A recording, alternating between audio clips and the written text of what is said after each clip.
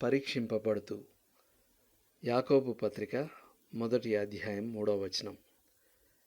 నా సహోదరులారా, మీ విశ్వాసమునకు కలుగు పరీక్ష ఓర్పును పుట్టించునని ఎరిగి, మీరు నానా విధములైన శోధనల్లో పడునప్పుడు అది మహానందమని ఎంచుకునుడి. యాకోబు పత్రిక 1 అధ్యాయం 2-3 వచనాలు.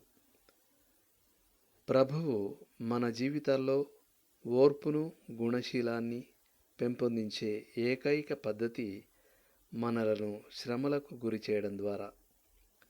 సహించడం అనేది ఓ పుస్తకం చదవడం ద్వారా, ఓ ప్రసంగం వినడం ద్వారా, లేక ఓ ప్రార్థన చేయడం ద్వారా రాదు.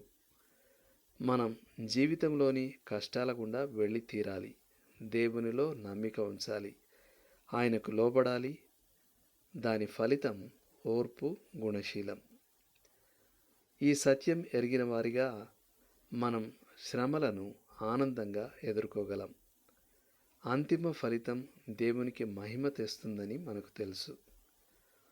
ఓర్పులో మనం ఎదగడానికి బైబిల్ను అధ్యయనం చేయడం ఎలా సహాయపడుతుందో ఈ వాస్తవం వివరిస్తుంది. రోమాపత్రిక 15 అధ్యాయం 14 వచనం.